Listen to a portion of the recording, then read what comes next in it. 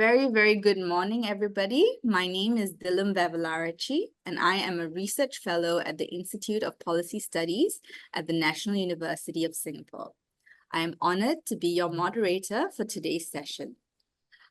Thank you all for joining us for this fourth and final installment of the Future Ready Society Conference Series, Learning Journey 4, Designing Systems that Harness Collective Intelligence. This series is a collaborative effort between the Lee Kuan Yew Center for Innovative Cities at the Singapore University for Technology and Design and the Institute of Policy Studies at the National University of Singapore, with the generous support of the Singapore Tote Board. Over the past few months, from June to September this year, we have explored various facets of citizen participation, culminating in an annual conference in October on the theme, The Future of Citizen Participation and Collective Intelligence. So today's session is particularly exciting as we delve into the concept of collective intelligence.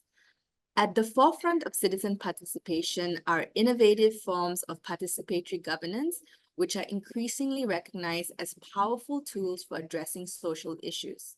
Traditional participatory processes often involve selected groups of citizens in co-creating solutions.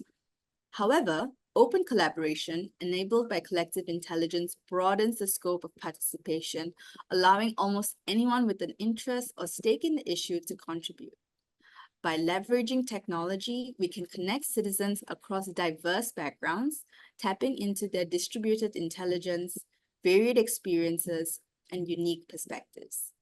This inclusive approach not only democratizes decision-making, but also enriches the problem-solving process by incorporating a wider array of ideas and insights. Collective intelligence supports participatory governance by creating platforms where citizens can engage in meaningful dialogue, share knowledge, and collaboratively develop solutions to complex challenges. This shift towards more collaborative and decentralized models of governance empowers individuals and communities, fostering a sense of ownership and responsibility for outcomes. The challenge lies in harnessing this vast and diverse resource in a coherent and cumulative way to effectively address complex challenges, ensuring that contributions are integrated and aligned towards common goals is essential for maximizing the potential of collective intelligence in creating more resilient and adaptive solutions to the social issues we face today. Moreover, collective intelligence holds immense potential in tackling complex social problems. By pooling the knowledge, insights, and experiences of a diverse group of individuals, we can generate innovative solutions that might not emerge from a single source.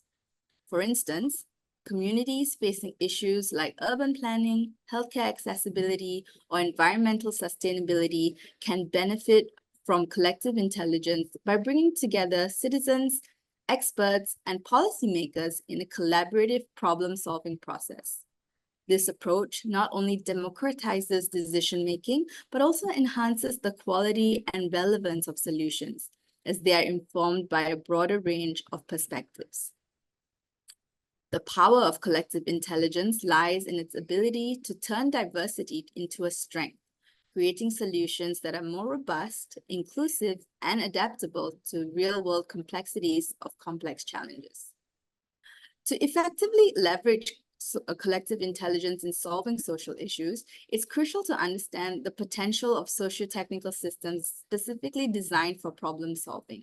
So a key question arises in today's context: can artificial intelligence enhance collective intelligence by facilitating better idea generation?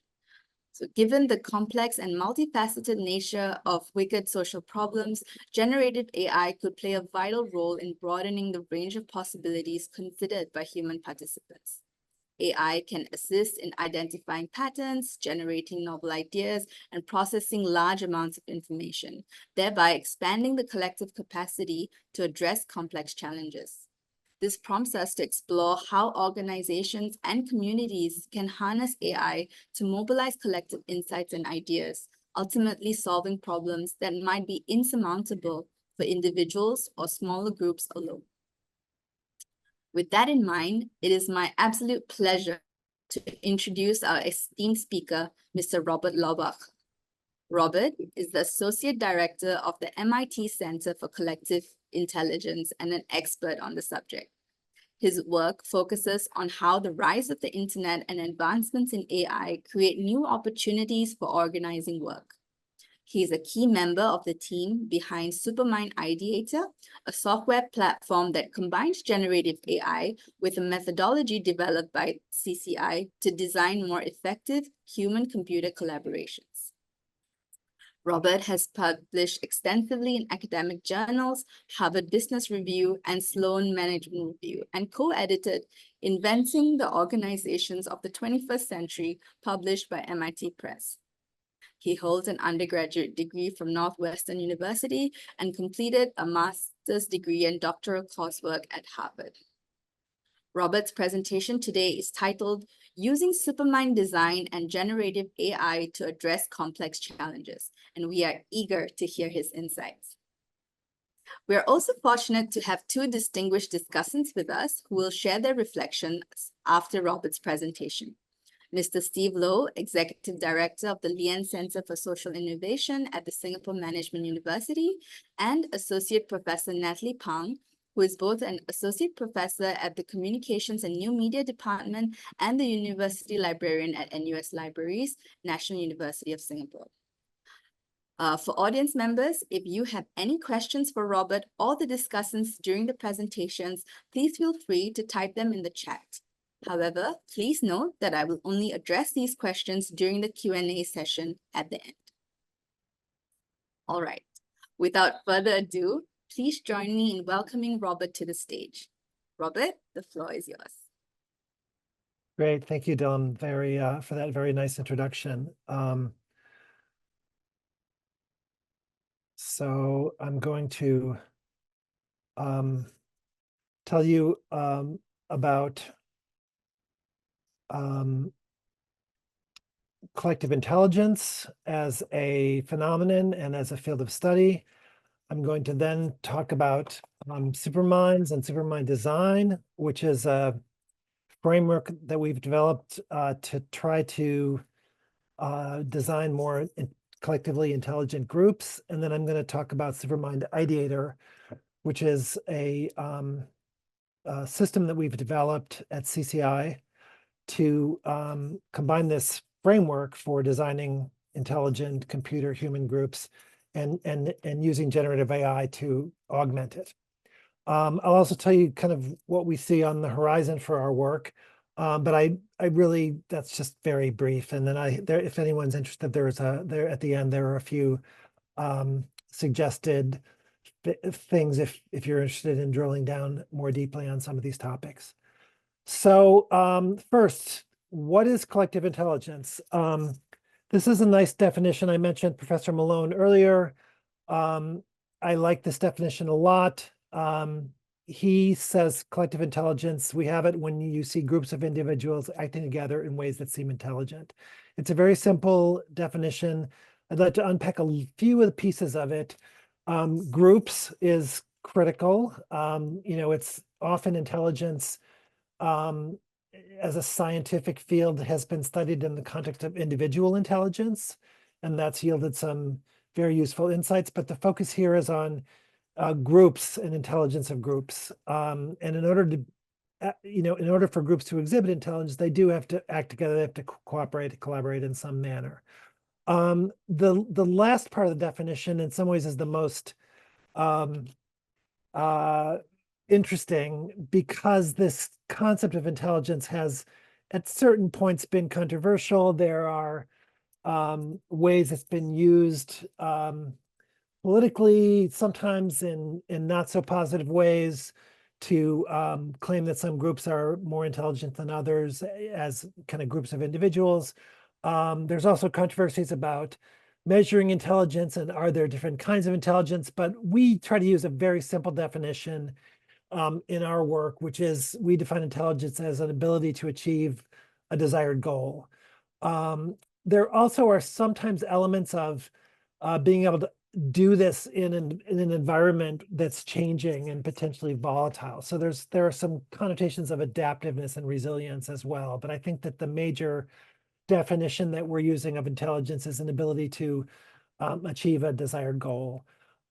So collective intelligence, it's actually been around for a really, really long time. There are some great examples in the animal kingdom. The collective behavior of bees and ants has been studied by scientists for a long time. There's some really interesting ways that the scientists who look at these creatures have come to understand how quite complex behaviors are elicited from actually quite simple signals between the actors. Another interesting group that I really like is schools of fish. They don't do things like build beehives, but they do have very interesting ways of working together as they're swimming and sending signals to each other if there's a predator nearby. The way that the fish that's on the edge of the school signals to the others that it's time to move in another direction is quite interesting. And there's a scientist at Princeton who's done very fascinating work on this. I'm fond of dogs, and so I put a picture of wolves in here. Wolves have actually quite complex social behavior, which allows them to be more effective as hunters. So it's been present in animals for a very long time. The next thing I want to note is that it's been around in human history, since we've evolved on the savannah. Many evolutionary biologists posit that one of the reasons that humans have been so successful evolutionarily is that we have an ability to cooperate at a very high level with each other. And you see ever increasing sizes of cooperation and ever increasing sizes of groups from the small bands in sort of early days to large empires. The first one in the West was Egypt, but similar kinds of civilizations were sprouting in the subcontinent and in China. The symbol on the left is the symbol of the Catholic Church, which actually is a quite interesting organizational structure that evolved to have really a global organizational structure, again, operating with quite simple rules.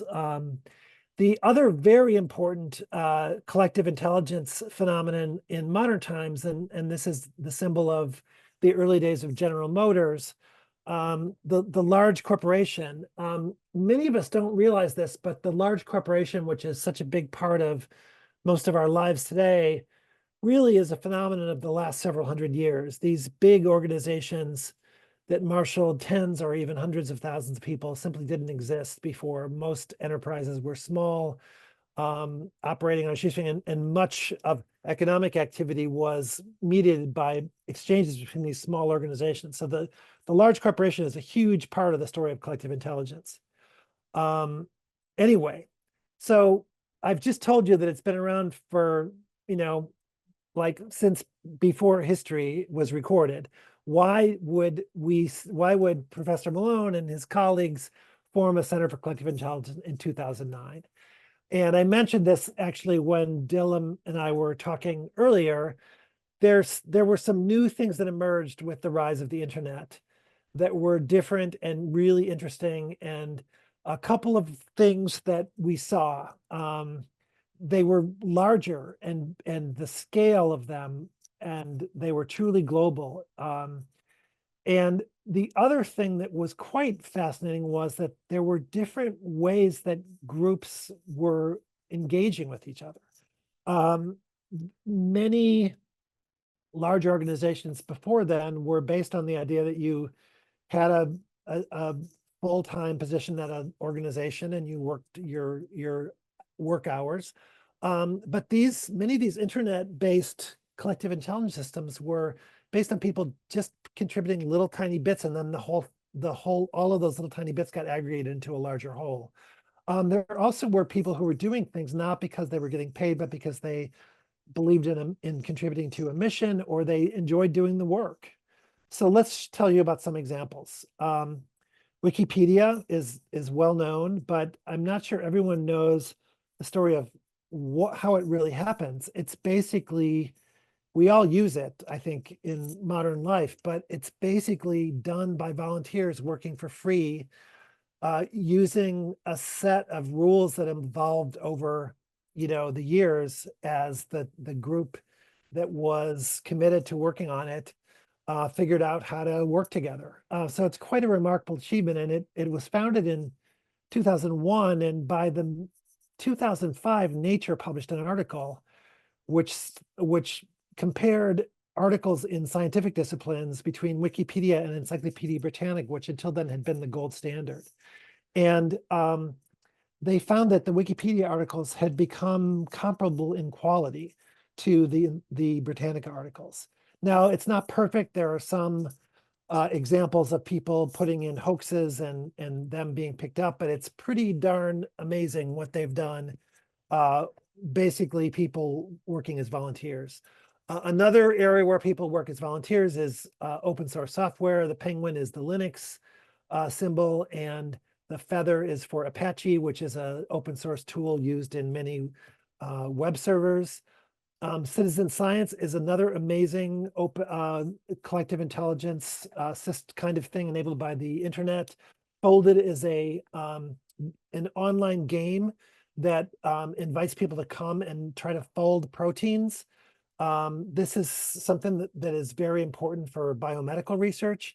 And they found that some of these games could help to crack protein solving problems that had eluded scientists for years. MOLFAR is an example of collective sensing. There are a lot of examples of collective sensing. There's a lot of that being done in citizen science, but open source intelligence is actually where people go online and attempt to gather data about military conflict or military issues. And so MOLFAR is quite active in the conflict in Ukraine. A couple of other examples. Crowd prediction is something else that we saw emerging. The first wave of this was prediction markets, where people bought and sold predictions using sometimes real money. Another super interesting example is the Good Judgment Project, which was a project that emerged out of the failures of intelligence after September 11th. And the US intelligence community engaged a number of academics, and Good Judgment Project emerged as the approach that was the most successful. Another example, innovation contests. There are many of these. Netflix was looking for a better algorithm to match its movies with its customers. They offered $1 million prize, and they got the improvements that they were looking for. And then online labor markets are also super interesting. Upwork is a place where you can post projects that you want done, and people will bid to complete them. Amazon Mechanical Turk is a platform that Amazon developed to do small tasks on its own website, and then it now offers it to the global community of people who are interested. You can offer small amounts of money, $1 for a few minutes of work, or $10 for participating in a science experiment. So these are all examples of web-enabled collective intelligence. Some of the things that we're getting here are quite interesting. I mentioned before that people often do these things out of they enjoy the work. They enjoy doing the activity. That's certainly the case with Wikipedia and open source software. The scholar of the internet, Clay Shirky's called this tapping the cognitive surplus. Instead of people sitting around, watching television as they did before, maybe they're going to work on a Wikipedia article that they're interested in. Wisdom of the crowds is another phenomenon that we observe. This diagram here is from a paper published by Francis Galton, a British scientist in the early 20th century. He was attending a county fair in England, and he invited people to guess the weight of a prize oxen who was being featured at this county fair. And the line, the graph shows the range of the the estimates, what's most interesting is that the average of all the estimates was almost exactly the proper weight. So there's a way that in some situations, some quite specific situations, if you poll a large group, the errors kind of cancel each other out, and the crowd is wiser than any one individual, except maybe for this, one person at the middle of the graph who had the right number. But finding that person is not always so easy. And then the other thing that's quite interesting is that some of these collective intelligence systems can allow you to identify quite unique, distinctive talent. And NASA has had a lot of luck with some innovation contests that they've run, where they found people who could do quite remarkable things, such as designing the array of solar panels on space satellites. So there's some really interesting stuff. What we decided to do with CCI was going to go back a little bit and just note what we're trying to do.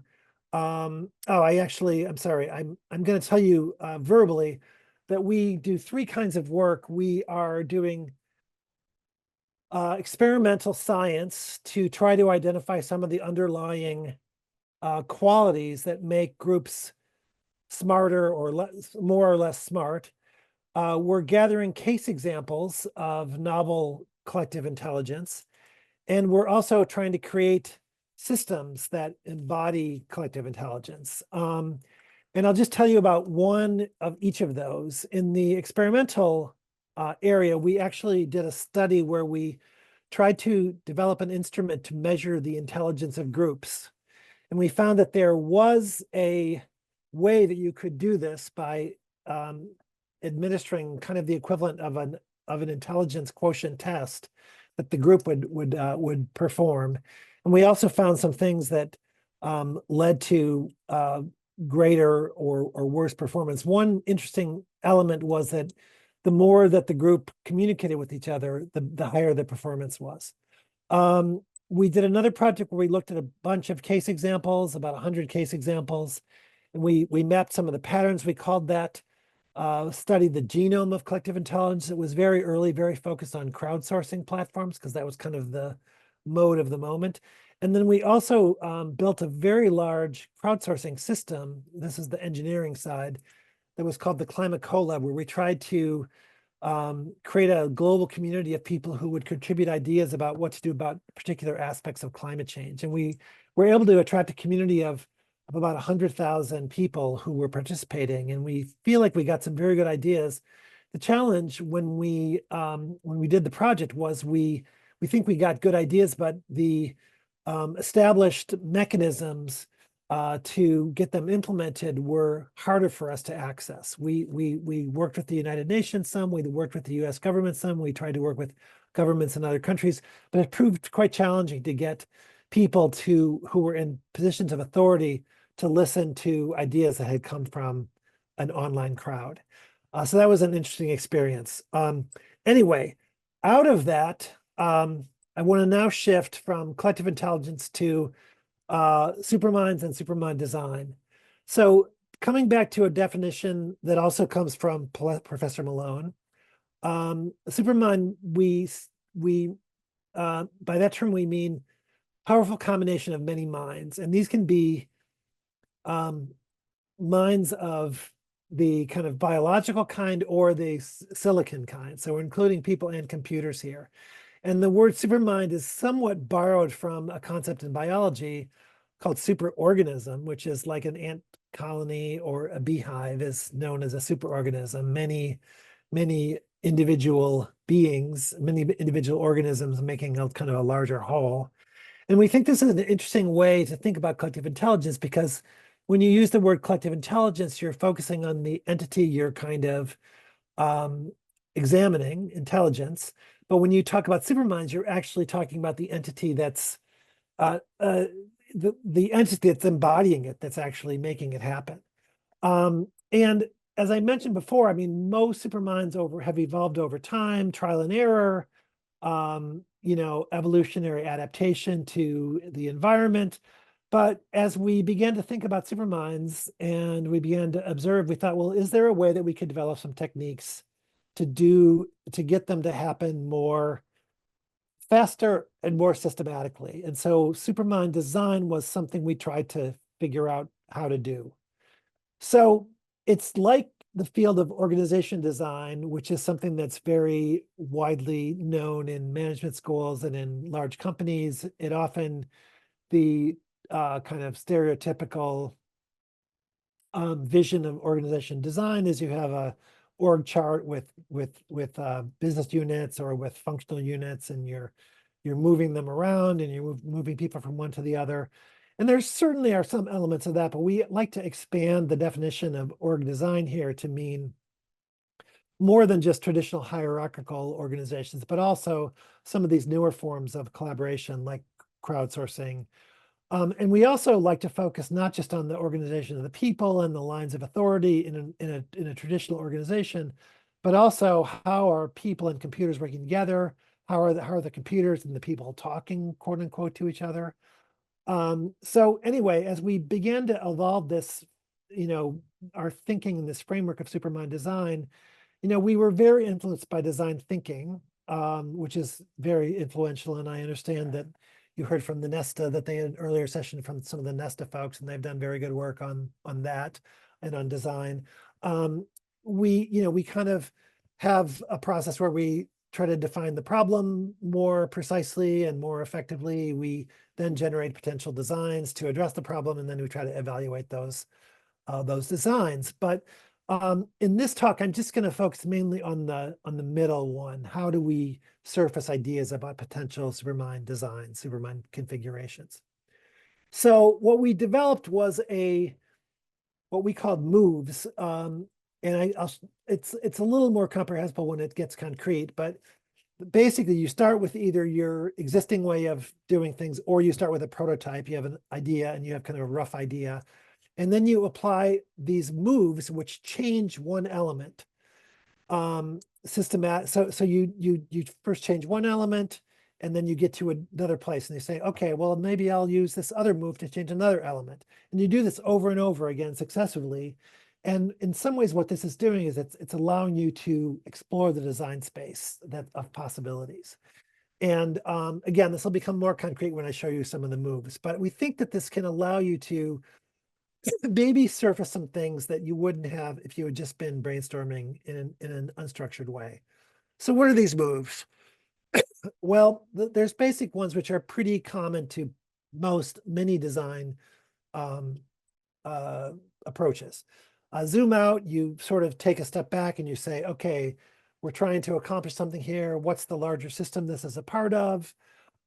Zoom in is when you look more close, you kind of drill down on the sub-activities, the very specific pieces you have to accomplish to get the goal done. And then you also do analogies. You find other domains where you can find examples that might spur some creative thinking. I know for a while there, not so much anymore, but there was a while there where every time we did a design session with our Supermind Design, people would say, well, what if we had the Uber of, X? Uber was very popular at the time. Uber was a way of kind of changing, the way something got done by eliciting, a lot of new entrants to come in and participate in the activity. So that's an example of an analogy. Okay, so those are the basic ones. Then these are more informed by Supermind research, our collective intelligence research. We found that if you focus on particular cognitive processes that might have leverage, you can maybe make some headway. We also look at whether you could maybe, instead of the traditional way that most org design approaches have thought about decision making, is that they assign decisions at varying levels of authority to people in the organization in a hierarchical way. But there are actually some group decision mechanisms that can be quite interesting. And then, of course, technology. Can you apply technology?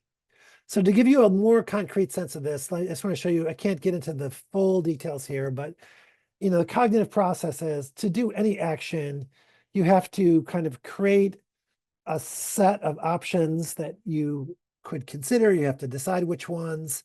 You want to then, once you take action, you want to remember what happened. In order to even create options, you have to sense your environment. I'm not doing this in the optimal order here, but these are all elements that that are cognitive processes that are involved in any activity that you're trying to undertake. You also want to, do kind of after action, after you try something out, you want to internalize what lessons you maybe learned and then feed those back in. So there's a loop here of cognitive processes that is typically present in any activity. And if you can maybe identify one or several where you think you might want to look more closely and look at some alternatives, this can be a fruitful way of getting some interesting alternative ideas. And then the decision making, I'm just going to quickly go through this, but hierarchy, as I mentioned, is kind of the default that many organizations go to. And that's actually very useful. And I don't think we should be always down on hierarchies. It creates, it can be faster. It can create a way of making sure that people with appropriate levels of experience and expertise are making important decisions. But that's not the only way. Democracies are predicated on the idea that if we go broad and we get input from everyone that's in the group, then we might be wiser. So democracies and voting can be a powerful mechanism. Using market mechanisms, where the decisions get made basically based on individuals buying and selling and making agreements with each other, but that's it. And then the price is defined by that, or in the case of prediction markets, the predictions probability is defined by that. So markets can be very interesting and important. Communities are also potentially very powerful mechanisms for making decisions. And what happens in communities is typically there are a set of shared norms and then also people care about having a reputation within the community. And so they will abide by the norms, and they will also try to do the right thing by their other community members. And what often happens in these kinds of settings is a rough consensus emerges, and that can be an interesting and valuable way to make decisions. The last one, ecosystem, is kind of the default. It sort of is when there's no one of these mechanisms predominates, and it's kind of a power struggle between the different players trying to vie for supremacy. And there actually are many settings where this is the case. Maybe not a design tool, but sometimes recognizing that an ecosystem maybe is the best that you can do, and understanding that that's what's going on can be useful and helpful. So that's the group decision-making and groupify. And then finally, technify. There's so many technologies out there now. One important one, top left, is just the connectivity that the internet enables, and taking advantage of that can be incredibly powerful. I mentioned before microtasks and matching people to tasks. Those are some things that can be done with technical solutions by creating platforms that can do those things. Generative AI is huge. And then there are sort of many subcategories. We could go on and on, but technology is clearly a big part of the story. So let me give you an example of how we applied Supermind Design. So we were working with a Japanese company that wanted to explore some new ways to address, it was a Japanese company, and they wanted to think about new ways to address the challenge of depression in Japan. And so they started with the way it's done now, which is typically a patient will go to a doctor and the doctor will diagnose. So that seemed like it was not working as well as everyone would have hoped. There were a lot of reasons for that. There was a large stigma to acknowledging depression in Japan. And so we sort of zoomed out and said, well, let's go broader than just the individual doctor. Maybe the doctor's office can play a role in doing the diagnosis. In other words, maybe the receptionist, maybe the nurse, maybe others can be sort of clued in to say, keep an eye out on these signs. So that got us then thinking, well, maybe it's not just the doctor's office, but maybe there's like the whole healthcare system and the pharmacy and the insurance companies, and there may be a larger group. And so let's even go beyond the healthcare system and go to society as a whole. Can the society as a whole? Well, that was a little too broad. So let's get a little bit more fine-grained and think about, well, can communities play a role in diagnosing depression? And from that, we then went from, and actually that seemed kind of promising, your sort of circle of friends and acquaintances might actually have a sense of, oh, this person's been seeming a little down. So we then said, well, there actually are these, phenomena where members of communities talk to each other and write down messages to each other in social networks. Could online social networks and some of the content that's present there be used to do this diagnosis? And then finally, the thing that came out of that was, well, actually, there may be some ways that machine learning could, be used to find some of the patterns associated with social media posts of people who are depressed. And so that became kind of an idea that then they began to explore and looked into whether they could make that be something that they could field. I don't believe that they did end up doing that. We kind of lost touch with them after we did this project with them. But a few months ago, I was, I saw this on the internet. So 2019, we did this work with this pharma company and came up with this idea. And in fact, 5 years later, there are actually systems that seem much like what came out of that Supermind design session are now being fielded by startup companies. So it wasn't entirely, crazy to kind of use that structured approach. Now, we did this in a series of workshops with lots of people in the company, with a skilled facilitator applying some of these ideas. So it was a long, laborious process, but it did, come up with an idea that seemed to have some traction.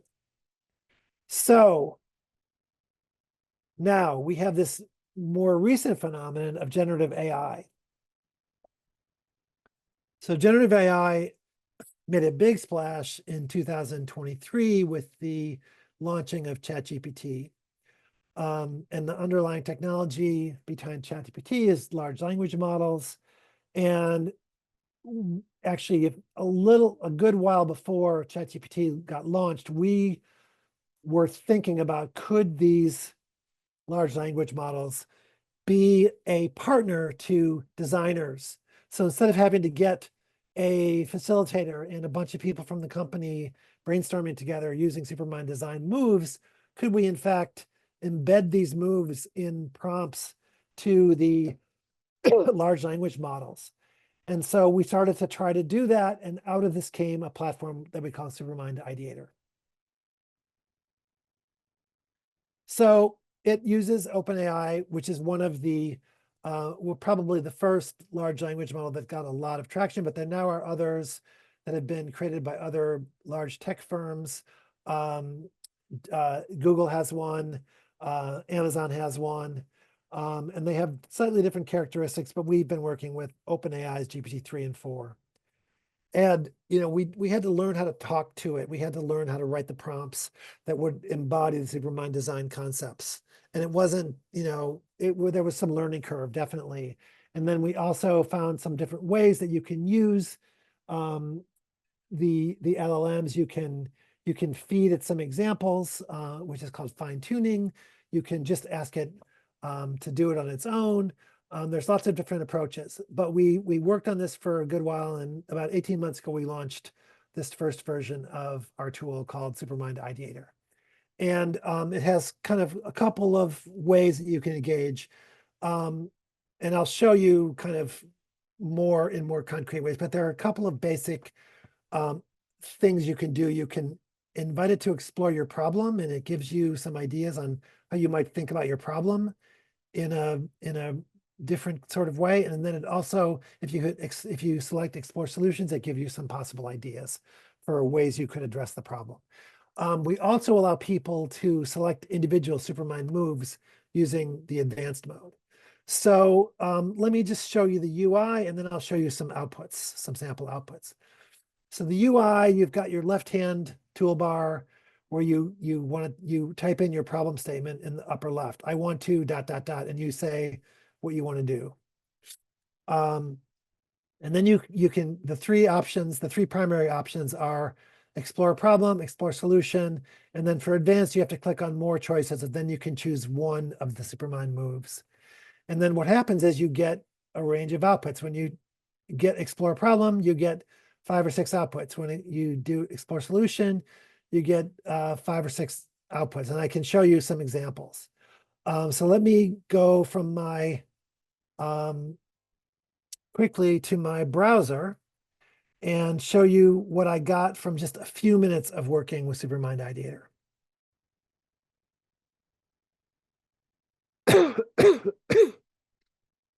Okay, so I typed in, I want to help Singapore become a smarter city. I thought that was a pretty evergreen, high level thing to do.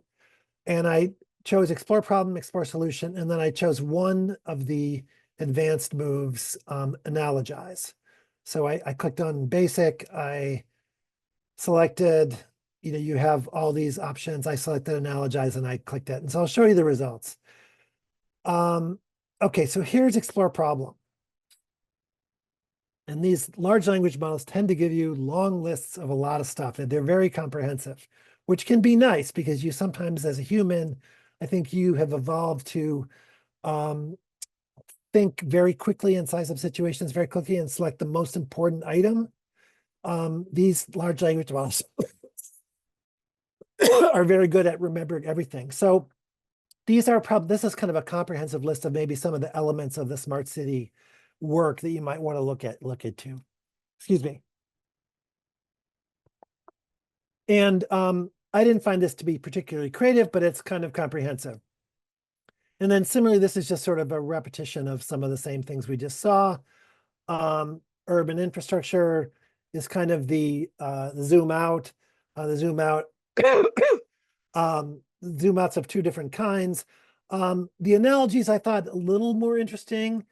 Gardening. So in other words, a smart city, think of a smart city as being like a digital garden that you have to cultivate. Smart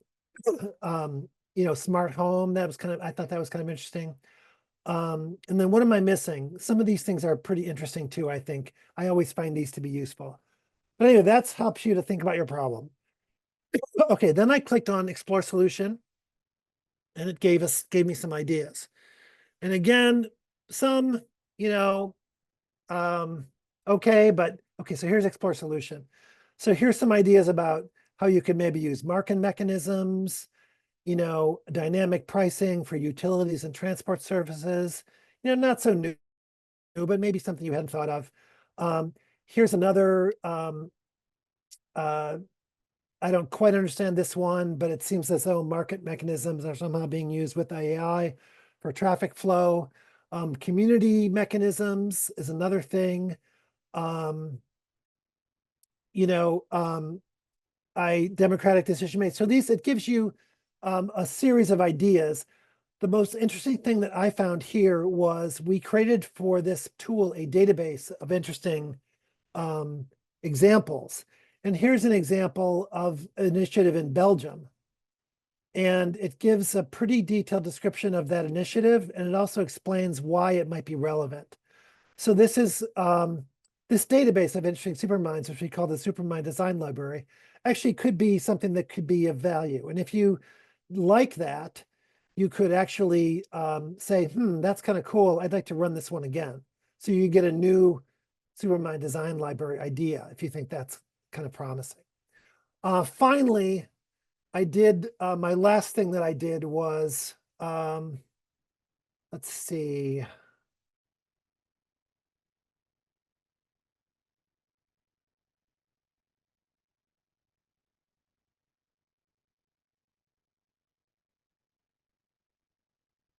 My analogy disappeared. Okay, well, I'm going to try to do an analogy right now. So I'm going to invite it to generate an analogy. Here it is. Here's the other analogy. So here, when I did analogize before, sorry, I just got a little bit confused by the UI. So when I did analogy before, I like analogies myself. That's just me. So ants building an ant colony. Well, that was kind of interesting and unusual to me. Or bees pollinating flowers. These other ones had already kind of been shown, but these were different ones. And you could do it again and again and again. So the idea here is not, this is basically like 5 minutes of putting something in and then seeing what it gave me. But what you can do is you can use this and select the best things, and then you can drill down more deeply and you can get more into it. And it's just a starting point. And then what you really want to do then is you want to take these ideas and try them out with people who actually understand what is the nature of the problem. So it's just a starting point. It's not giving you answers, but we hope that it's giving you maybe some ideas that will allow you to be a little bit more creative and a little bit more innovative in your thinking. So that's Ideator. We have done a couple of experiments testing out whether this is actually doing anything good. And we find that it seems like it helps. So one study, we recruited many people on a platform called Prolific, a crowd work platform that's used often by social science experimenters. And we had them working in 3 ways, coming up with ideas to solve a problem. The problem was matching employers with workers in more effective ways.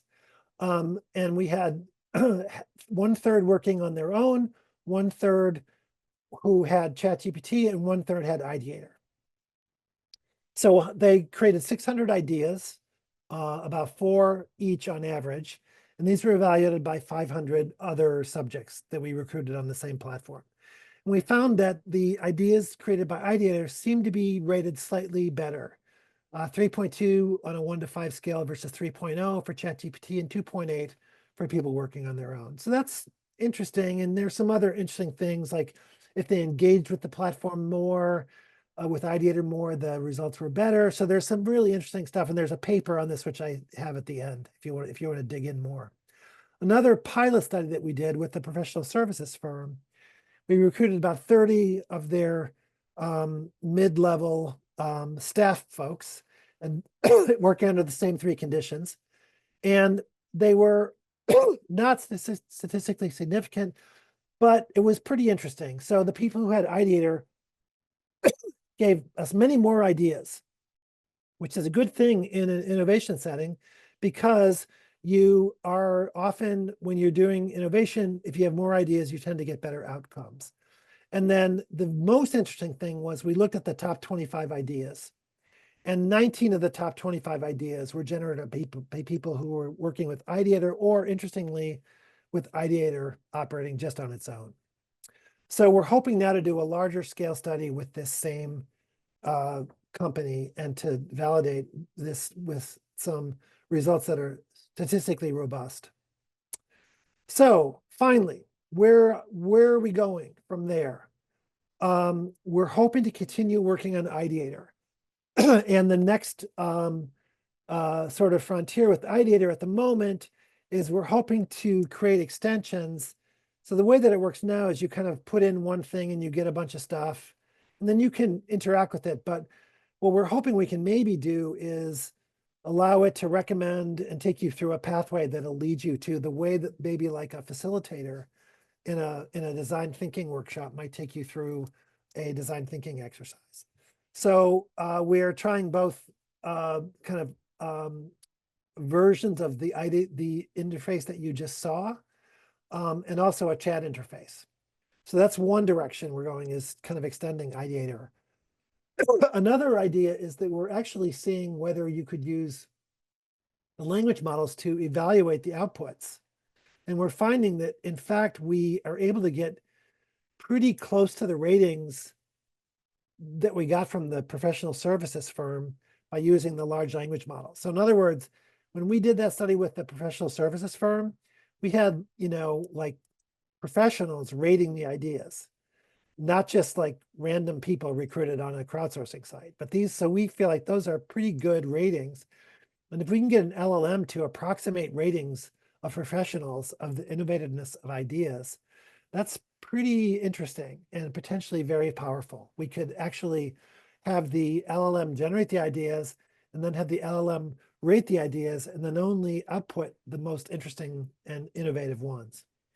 We're also working on a project that we call Ontology of Collective Intelligence, where we're trying to develop something like the ontology of living beings that was created by the biologist Linnaeus, where birds are classified in one area and mammals in another, and then within mammals there are primates and there are the wolf family. And what we would like to do is to say, well, there actually maybe are tasks that can be classified in this kind of way. And if we're able to do this and then build tools on top of it, we think that you might be able to, almost do like Ideator on steroids, where you could put in your problem and then indicate what realm you're in, what collective intelligence domain you're in, and then the tools that are associated with this ontology could actually really quickly recommend options and maybe even evaluate them. I mean, it's a very ambitious project, but we're very excited about it. And we're very excited also to be working with both getting funding from Singapore's National Research Foundation as part of a large MIT project, and also working with several partners in Singapore. Okay, so finally, I just wanted to point you to a couple of things if you want to dive in more fully. Tom Malone's book, Superminds, is a great overview of collective intelligence. The Supermind Design methodology is articulated nicely in the Supermind Design Primer. If you're interested in Supermind Ideator, you can go to the page, to the link, and then if you're interested in signing up, you can sign up. And then if you'd like me to put you to the head of the queue, if you'd really like to get at it right away, send me an email and I can put you at the head of the queue. And then finally, this paper at the very end here is something that was just presented at the Collective Intelligence Conference, and it describes that first research study that I told you about, where we had people creating ideas under the 3 different treatments, working solo, working with ChatGPT, and working with Ideator. And it describes the results in much more detail than I was able to describe. So I'm at minute 42, and I think I'm getting a scratch in my throat, and I think we started a little late. So I think I'm going to sign off now, and I'm very excited to hear what the discussants' thoughts are. Thank you so much, Robert, for that illuminating presentation. Given that so many people in the audience, are civil servants and practitioners who don't necessarily have an background in collective intelligence, was really, really useful and helpful to have that overview of the concept of collective intelligence, because I don't think that's necessarily something that a lot of people have a sense of what it is. And I really appreciated the sort of journey of Supermind Design and then Supermind Ideator, and thank you for taking us through an example of how to use the Ideator that was really useful in understanding the links, I guess, to design thinking and seeing the connection there. So for myself, I did teach a module called Social Innovation at the Tembusu College at the National University of Singapore. And when I taught that, one of the primary assignments for this module was for students to come up with a social innovation, an idea that solves a complex issue. And the biggest bottleneck that students have is coming up with several ideas for them to sort of, bounce off of, or even to talk to others in class, or to combine, or to work off on. And I think that something like the Supermind Ideator would have been game-changing. So it's really, really amazing to hear about this work. And I think the applications for it are really endless. So with that, I just want to pause and invite our first discussant, Steve. So Steve is from the Lien Center for Social Innovation, and the Lien for social innovation fosters strategic collaborations across public, private, and social sectors to co-create lasting solutions for positive social change. So Steve, thank you for taking the time to do this. Could you please introduce yourself and share your thoughts with us? Very good morning to everyone. And thank you, Robert, for such a insightful and mind-blowing talk. I think it's really expanded my thinking. I love the idea of collective intelligence. For those of us who have been in the media for a long time, one of the reasons we entered the media was to actually gather collective intelligence, collective feedback, collective responses to society. And I'm talking about 20, 30 years ago. And that was the idea that we in a democracy could come up with some of the most complex solutions to even more complex problems. And at the Lian Center at Singapore Management University, we are very focused in this season on inequality. And in my own background, we've been working very closely with the poor in Singapore, but also in the region. And in my background, being in the charity world for almost a couple of decades, we've worked with the ultra poor in third world countries and the most far-flung places on the earth, Nepal, Sri Lanka, etc. And we've come across a study, and it's not a validated study, so I need to justify that, but based on some good research and good anecdotal evidence and some of my own life experience in the work, we've discovered that amongst the ultra poor and the very low income, there's a real strength when there's a peer, not just accountability, but a peer group of collective problem solving. Now, the people I'm talking about don't even have a laptop. But we found evidence, and the evidence is growing, and we're moving into it, that when we talk about assets-based community development, uplifting the poor, one of the things that I think we forget, that one of the key assets is their own intelligence and life experience of the very people we're trying to help. And we also came across a study just yesterday, actually, that studied the relationship between social workers and trainers and people like me who work in charities, who go into the low income areas, and the trainers, the education level of the trainers. And we found that the higher the education level of the trainer, the greater the contrast between the trainers and the, if you like, the beneficiaries, had an inverse relationship on how effective some of the programs that we rolled out. For example, if we come from the first world, we come into a third world situation and we say, okay, these are ideas, these are concepts, this is what we think is good for you, why don't you try these? We actually found that not to be entirely effective. Of course, there were some good programs. What we did find was when we created a facility for collective intelligence, gathered the community, understanding that one of the key assets is ideas and solutioning, we actually saw much better results. So what I would love to see is something like this, with the help of AI, with the help of technology, and maybe an adjusted software system or platform that could be used with just a mobile phone, that we gather these ultra poor, who, by the way, have phones. I know. We learned that in our climate change project. Yeah. Amazing, right? Yeah.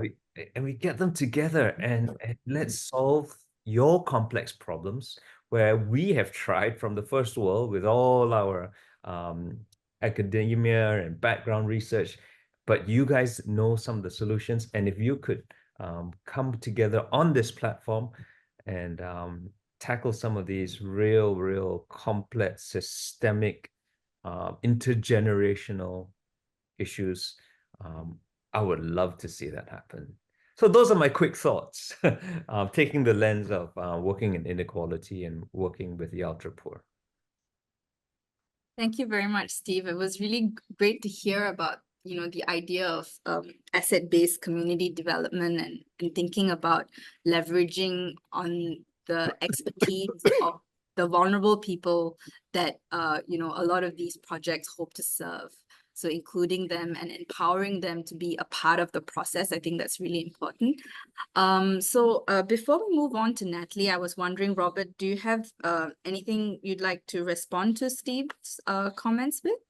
Well, I'm hearing Steve say he wants to see the stripped down mobile version that he can field in these settings, and that's a great idea. And I'm going to talk to our software team and get them at least thinking about that, because I think that's amazing. I also do remember many of the best solutions that came from our climate change project, which included a number of university researchers, but there were these amazing kind of local projects that had emerged from the grassroots, from people who were dealing with crop issues, or so I have a little bit of a sense from that experience of what you're describing about people getting together and working together. And if we could figure out a way that we could facilitate, inject AI into that to help that,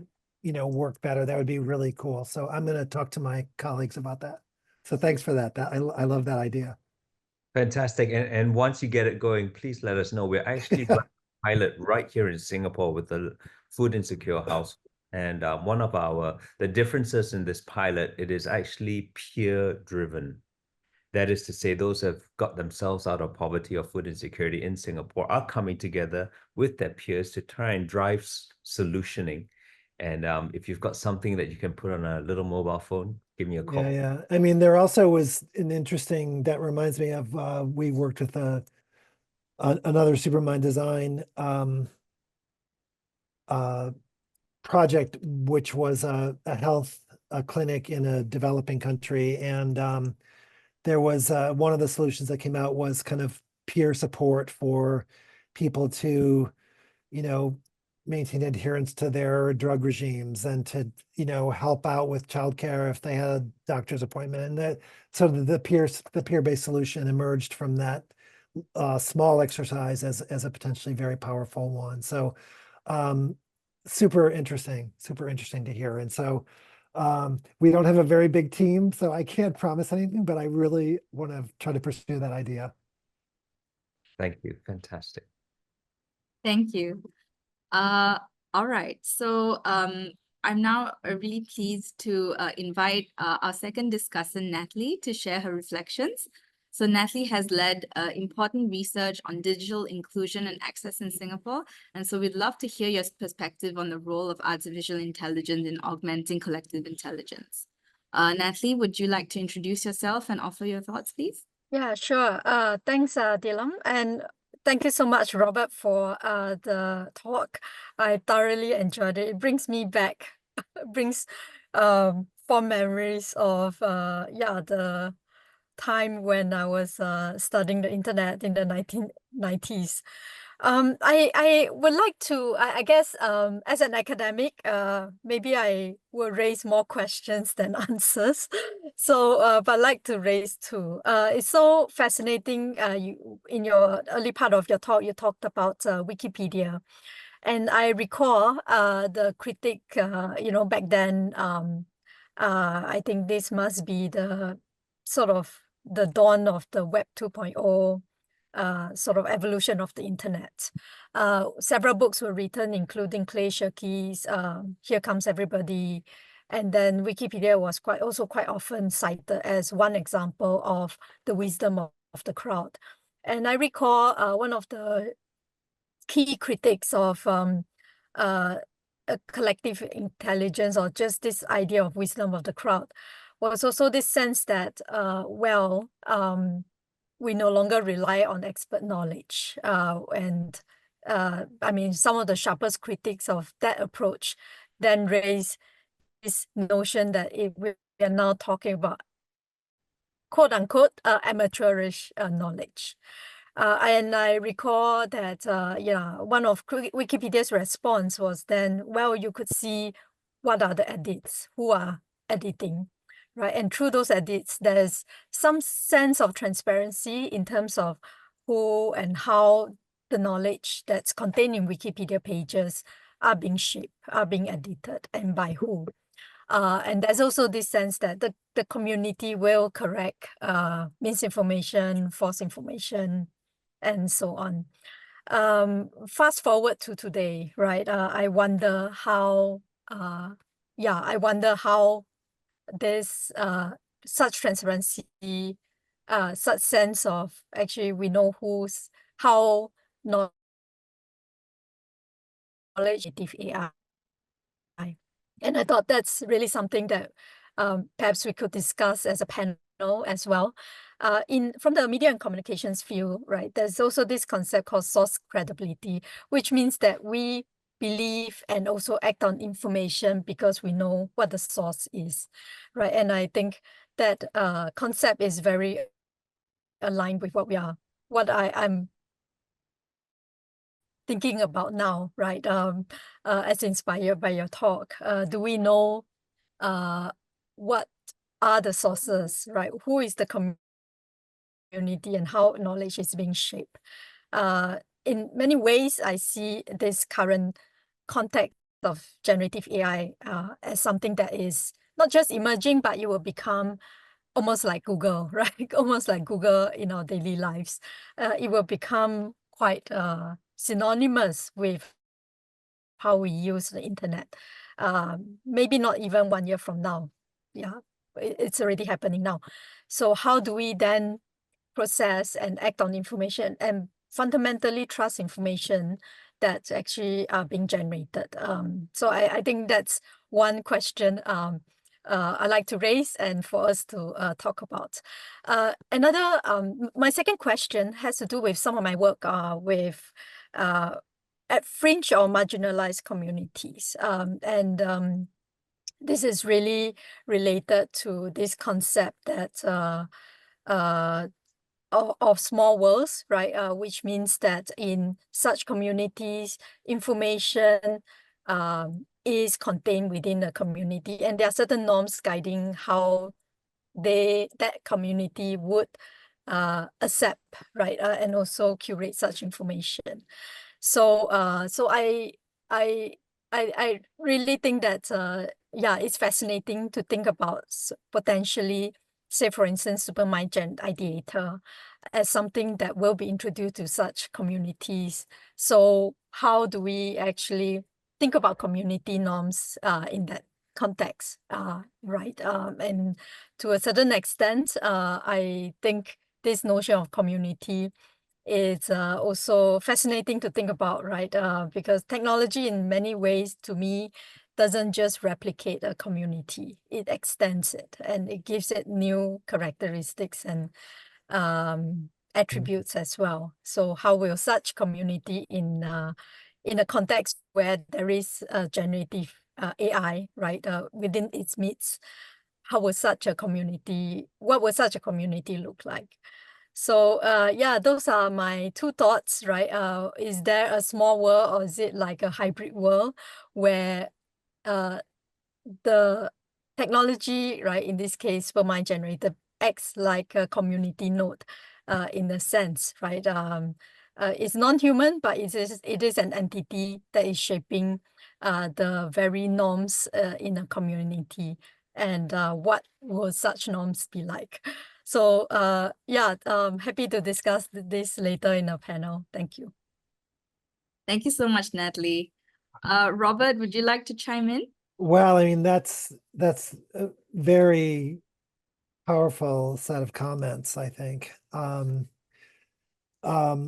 I would say that, I mean, I think there's implicitly in Natalie's comments, there's a little bit of a reminder that, you know, and this is something that, you know, I'm aware of as someone who started working on internet stuff in the 90s when there were these high hopes for how great it was going to make everything. And, you know, we certainly have seen that it's not been unalloyedly positive, you know.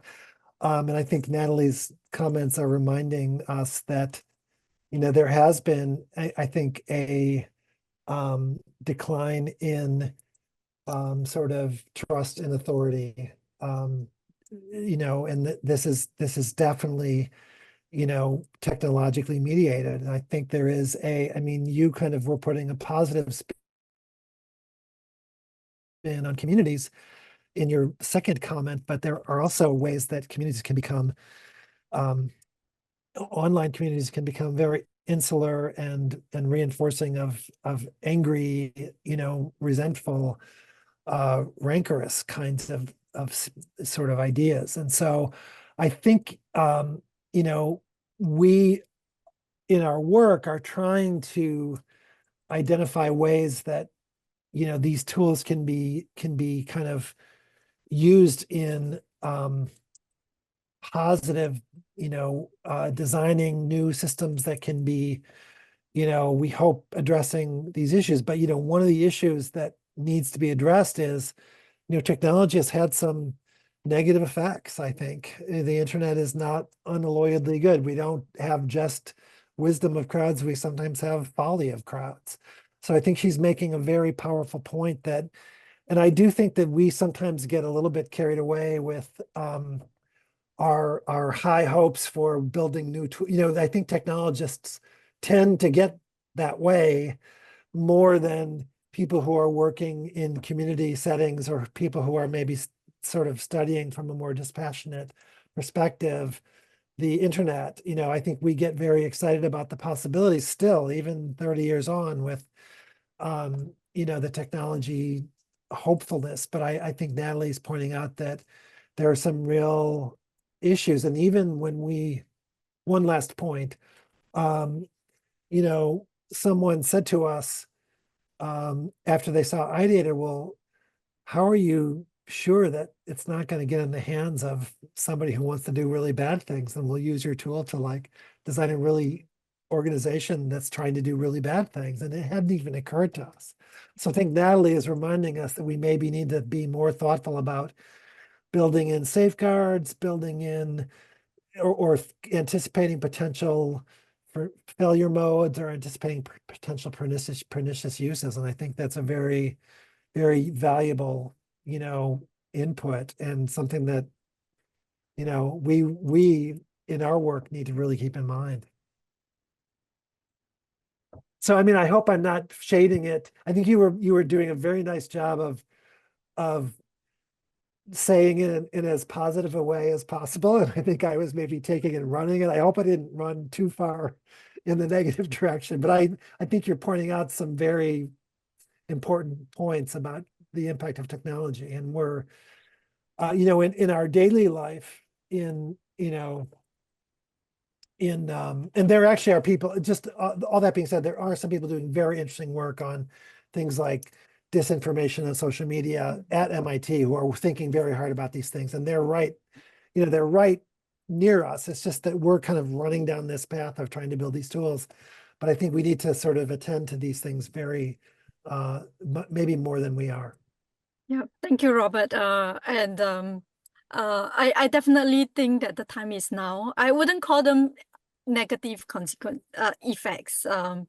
I would describe them as unintended consequences. Yeah, that's a Right, more quite positive. often. Yeah, so Yeah. I think that the time is really now to actually work together, both the technologies and humanists, especially in terms of thinking through what implementation in communities look like. Yeah, no, that's a much better framing, unintended consequences. That's very good. And also just to follow up on what you said, I mean, you know, these tools are extremely powerful. Yes. You know, I mean, there's a little element of, you know, in the movie Oppenheimer when the atom bomb blows up and they're kind of like, yeah, Oh, what have yeah. we done here? I mean, there is sometimes, you know, and I have two children who are trying to make careers in creative fields where in one case, my son's work has definitely been negatively affected by ChatGPT. So there's that whole other thing. There's that whole sort of employment, and so there's a whole range of issues, which I think, Natalie, you're giving me a good reminder that we need to keep those front and center. Thank you. Thank you so much. So now we're at can maybe open the floor for questions from the audience. So at this point, you can pose your questions to Robert. You can also pose your questions to any of the discussants. We hope to have a conversation here about the topic. And I already have, I see a question in the chat, but feel free to also raise your hand, turn on your video, or keep it off and ask a question directly as well. So thank you so much for your comments. And yeah, let's begin with taking some audience questions. So maybe before I ask the first audience question, I will just pose one myself to Robert. Something that you mentioned in the case study of the project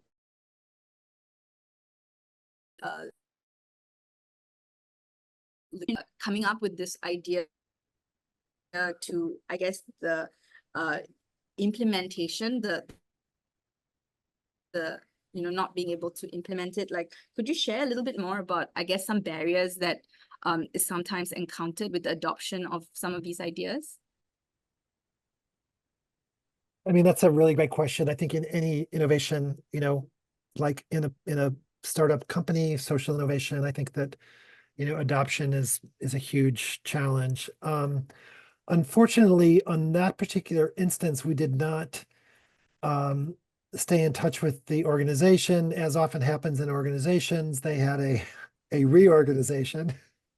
And our friends were kind of like moved to another group and had other responsibilities. And so we never were able to follow through. But even in our preliminary conversations with them, they cited things like cultural barriers, regulatory barriers, organizational inertia in the system, in the healthcare system, which are, I think, probably anyone who's worked in the space of social innovation, those are probably fairly familiar.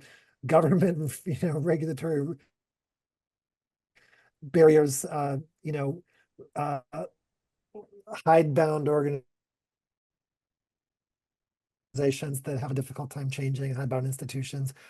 So I think that they were hoping to go to their, corporate leaders and pitch this idea and then get some partners working with them on it. And we should follow up and actually find out more, if it did get any traction. But I think that the barriers that they encountered were ones that sound familiar to me, not unlike the ones that we encountered when we did our climate change project, which was, we had an innovative approach to generating ideas. We think some of the ideas were actually quite interesting. Some people did think they were quite. I guess one thing that we did find was that we were able to get more traction at local scale. So we worked with several cities and we worked with several companies. And I think we got much better uptake from our ideas when we had. So I guess what I would say is when you're trying to apply collective intelligence, being able to do it at a scale that's maybe not at the very largest, but at a more local scale, you could have maybe a little more success. At least that's been our experience. And I would also I would be very interested in, because we have been building tools and trying to apply our tools that enhance collective intelligence. And then part of our work has been to try to get them adopted. But I would say that more of our work has been about building the tools. And so I think there probably is a lot of wisdom in this crowd that is gathered around this Zoom, window, who could maybe talk about just more generally barriers to adoption. We had better luck when we had a existing partner who was committed to taking our idea forward. And then we gave them the idea and then they took it forward. So maybe that's the one lesson that we learned from our climate change project. But anyway, I'd be very interested if any others, if Steve or if Natalie or any other participants have thoughts on that issue, because I think that, it's not, trying to make a system that's more collectively intelligent is not that different than trying to make any kind of intervention in any kind of a system. So there's probably, some evergreen lessons that some people who have experience in social innovation could share. So I don't know if anybody wants to put their hand up. Justin. I have my hand up just to ask a question. Thanks, Robert. It was fascinating to hear that you had an ability to evaluate the quality of the solutions and the ideas, because it seemed to me that many of the ideas in the social space, at least, depends on values or ideology. So one person's good idea would be terrible to another person. And I wondered how you managed to evaluate the quality of those solutions. That is a great point. I mean, I think that there's kind of a,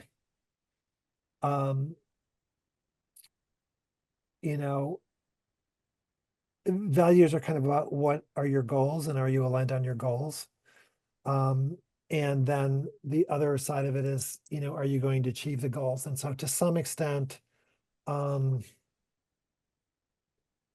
implicit in our problem statement that we were using, it was that there was kind of alignment on a goal, and the values question was kind of solved already. In this case, it was, can you more effectively, match employers and workers by using clever algorithms or putting in place processes that, are marshaling maybe, people outside of the traditional usual suspects. So there was a agreed upon goal. I think in social innovation, one of the really hard challenges is, even getting people to agree on what we're trying to get accomplished is a big part of the challenge. That's why social innovation, that they have this, there's a literature on what they call wicked problems, which are ones where, we can't even agree on what the problem is. And I think that the values thing makes social innovation maybe so much harder. So I would say that in our case, we had an easier problem, whereas you social innovators are working in tougher terrain. But what we did, just to get a little more detail, we did operationalize and we spent a lot of time thinking about this. We did operationalize our evaluation by saying an idea is innovative if it is creative and going to be useful. Creative and useful were our two kind of benchmarks for innovative ideas in our setting. But the difference was that there was an agreement on like what the ultimate goal was for our problem. Or in the case of, we did another one on circular economy. So the goal was greater amount of reuse. So I think if you can get, and so we haven't tried to do evaluation with LLMs in settings where the values are more mixed like that. But if you could get maybe agreement on the values, I would think that the LLMs might be able to be okay on other dimensions. I'm not sure, but I think it's possible. But again, that's very much work in progress, and like, get back to me in a few months and I'll have more on that.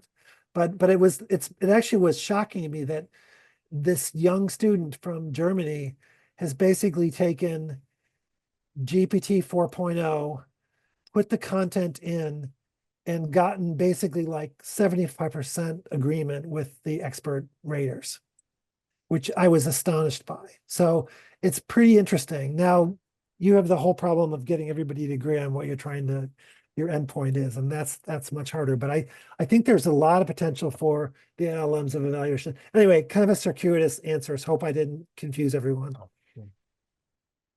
Thank you, Robert. May I chime in, please? Yes, please go ahead, Helena. Yeah, thank you, Dilliam. Yeah, so basically, there's a wicked problem. Yeah, that we're unable Yes. to address the people to begin with. So thank you very much, Robert, for your sharing on the challenge to overcome that language. The language in asking, not just ChatGPT, but actually in asking the people we are serving.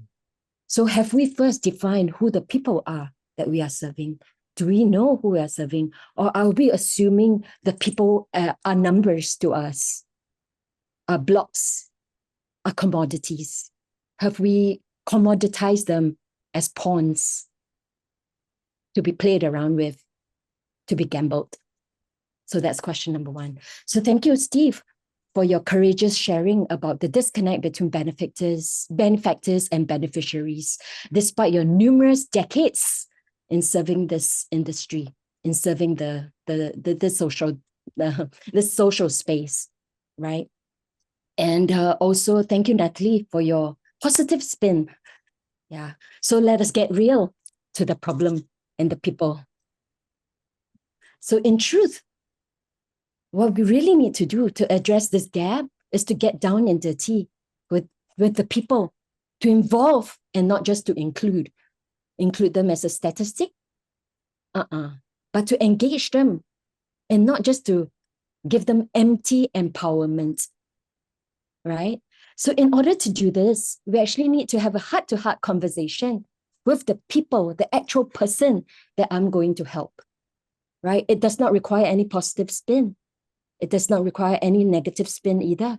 It requires an authentic conversation, an authentic relationship with that person, the group of people, the group, the country, or the many geographic locations you want to target, okay? And with this data, we can feed into teaching the AI the language of love to begin with, the language of the people that we are addressing. Okay, so we have collective intelligence in academia, in technology, and of course the humanistic portion about the people. Okay, so only when we have listened to them and their needs, then we can teach the machine to be human. But first, the human aspect of it has to come from us. We need to value humans. We need to know the dignity of humanity before we can address this with integrity, right? Yeah. So I love MIT Sloan. I've taken class there. So I believe in the technology, in the world's best tech company and world's best tech school. And I do believe that this collaboration can take us on a new path of integrating humanity with dignity, in authenticity, down a road where we can truly bring out the dignity of each person. Thank you so much. God bless you. Thank you, Helena. So I think it was really important to hear your perspective on this idea of, empowering people. Like you talked about that it shouldn't be an empty empowerment. So I think that's something important to keep in mind when we're thinking about involving people in solving social issues, solving issues that are important to them. Maybe I'll let Robert respond. Well, a very eloquent and powerful statement, and a reminder of the, human sort of reality underlying these challenges. And I think it was great to hear. I think that it raises for me interesting questions about, how you can combine, that kind of interaction with, the people who you're, hoping that these interventions can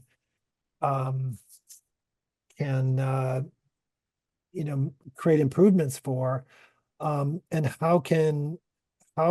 what modes of interaction with the tools make sense, and what modes of interaction with community groups and with individuals, and it raises all kinds of questions. And it's not just a matter of engaging with these AI tools, but it's a matter, I think, of figuring out mechanisms so that you can have those, I think you used the expression "in the tea," which is that what the expression was? In the TEA? Is that what you said? I thought that was, is that an I don't know which part.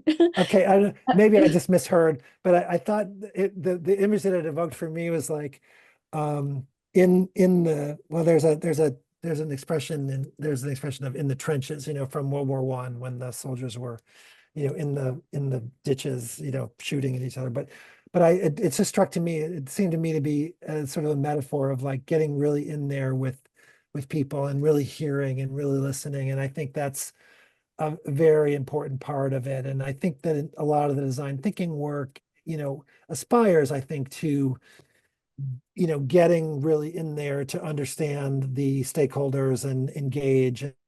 And I think that, I will take from your comment that, we want to think harder about that part. And then are there ways that, like to use kind of, Steve's idea of like, can we get, these thousand people's, maybe there's some way that technology can be, employed more democratically over the longer term too. And so I think that was a very powerful and eloquent comment, which I'll really take to heart and think hard about, because I think it's a reminder of what this is really about.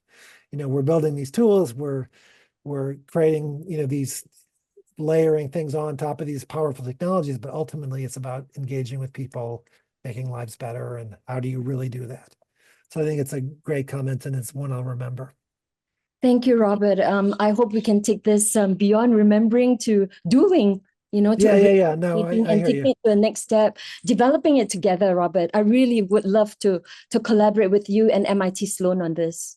Thank you so much. And these people here who, we can all grow together, and together, with all our collective intelligence, we can make a difference, truly. Thank you. God bless you. Thanks.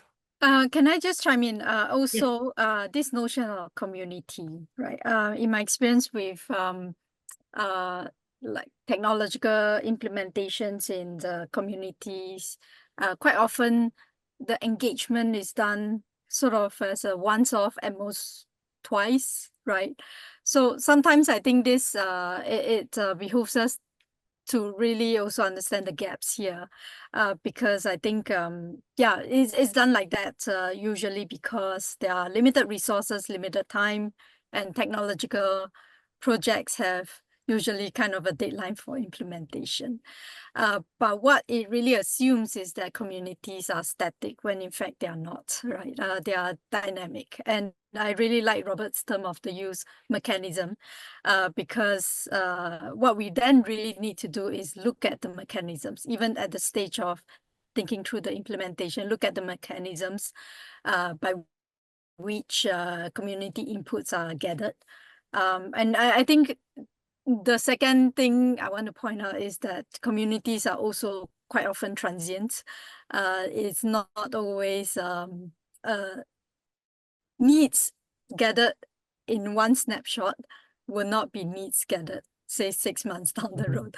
So looking at the mechanisms by which we actually include communities, not just in terms of gathering their inputs, but also engaging them to come up with solutions together, I think is really crucial. Thank you, Natalie. Yeah, to add, yes, there are always deadlines, we can always keep running on treadmills and say that, yes, we've done this, we've done that, we've done that.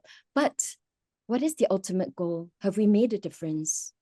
Have we made a difference? Or are we there just to announce that we've done such and such a project, but actually we've not addressed the root causes of it? So perhaps it is a different way of looking at things, a different way of structuring deadlines. To look at deaths instead of deadlines. Deaths as a result of our not doing it. Yeah. All right. Thank you. God bless you. Thanks, Helena. Thank you, Natalie, for your comments as well.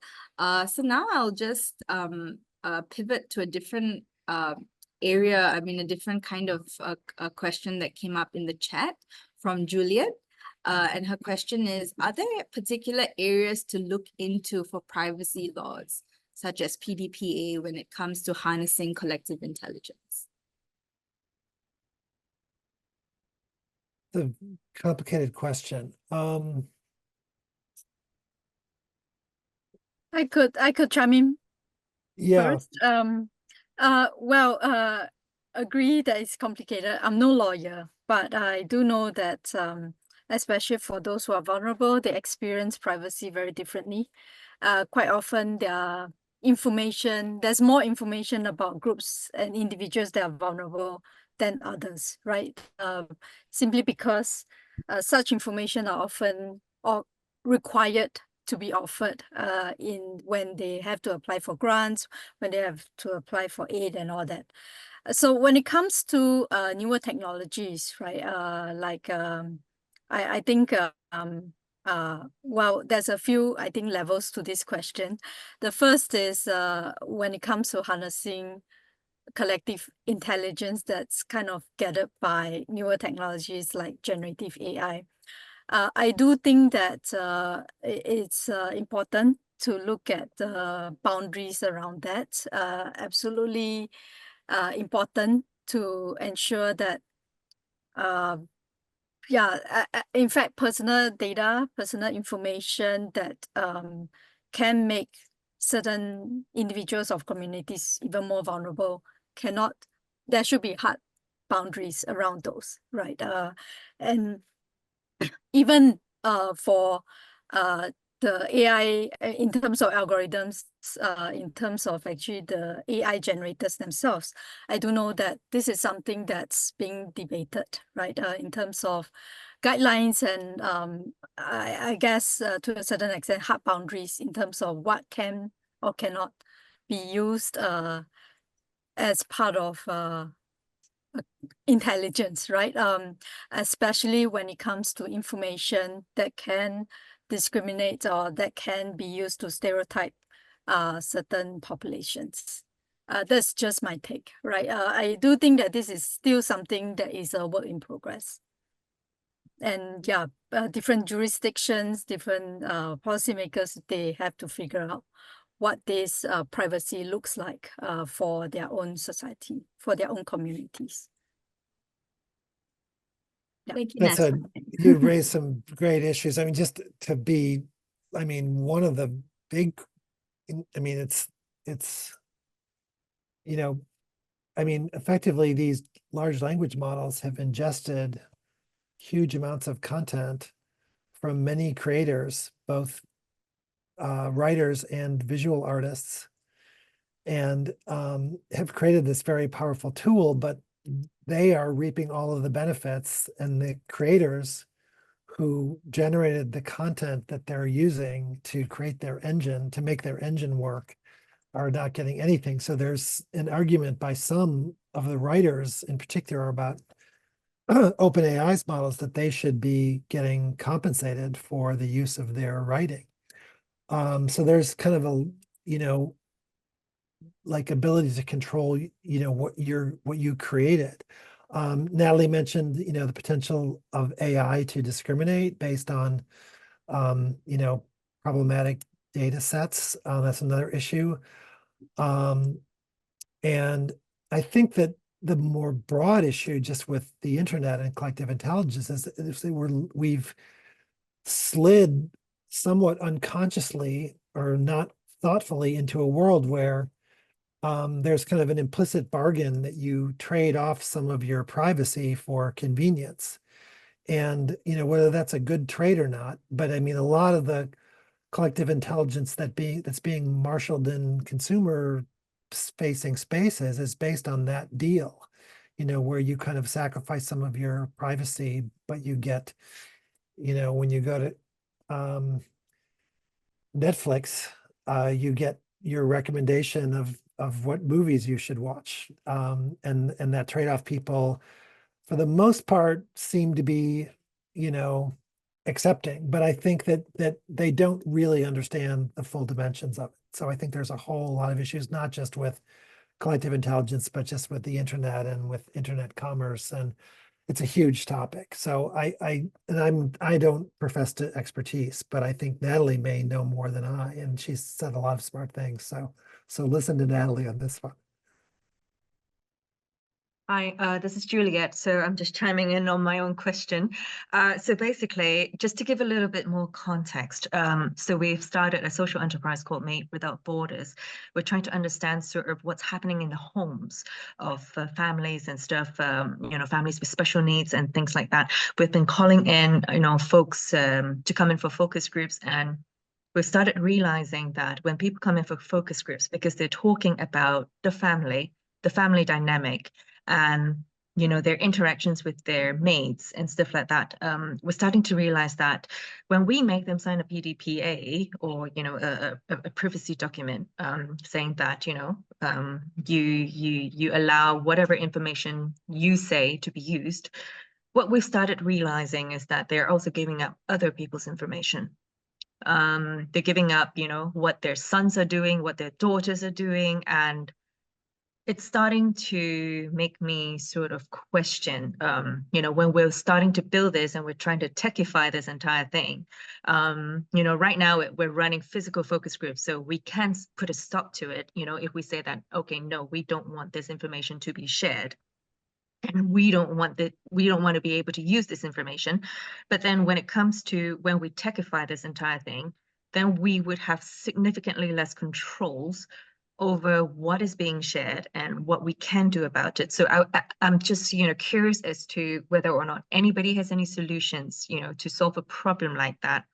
And I'm open to any of these suggestions, really. So tell thank you. more about your hope. Go ahead. Oh, sorry, Robert, go ahead. Well, I just was wanting to get more context of then you're hoping to use this data to be able to design interventions or to So design programs or. Essentially what we, can you hear me? Oh, okay. So what we are is essentially, we're trying to get rid of the intermediary, trying to, eliminate financial exploitations of maids. So right now, maids are paying 6 months of their salaries to agents. So we're saying, no, come on board, come on to our global database. So we're almost like a LinkedIn for maids. And then we'll showcase all your skill sets. But what we've also started noticing is that some of the employers are also paying ridiculous sums of money in order to get maids. So what we're doing is we're bringing in employers and maids into this platform. And what we are trying to do is to match them. And then we're taking over some of the services that, agents used to do, which is, apply for work permits and stuff. We ask people to log in via their SingPass. We go into the MOM system directly. We apply for your work permits and stuff. So we're an end-to-end solution, fully integrated. But what we hope to do on the second phase, so this is what we do right now. So, we're just matching employers to mates without the use of agents, and everyone pays significantly less than what they used to pay to agents.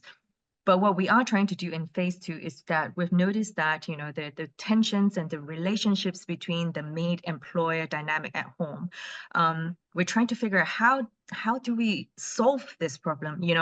How do we make matches better? We know that some maids do very well in certain households and some do disastrously bad.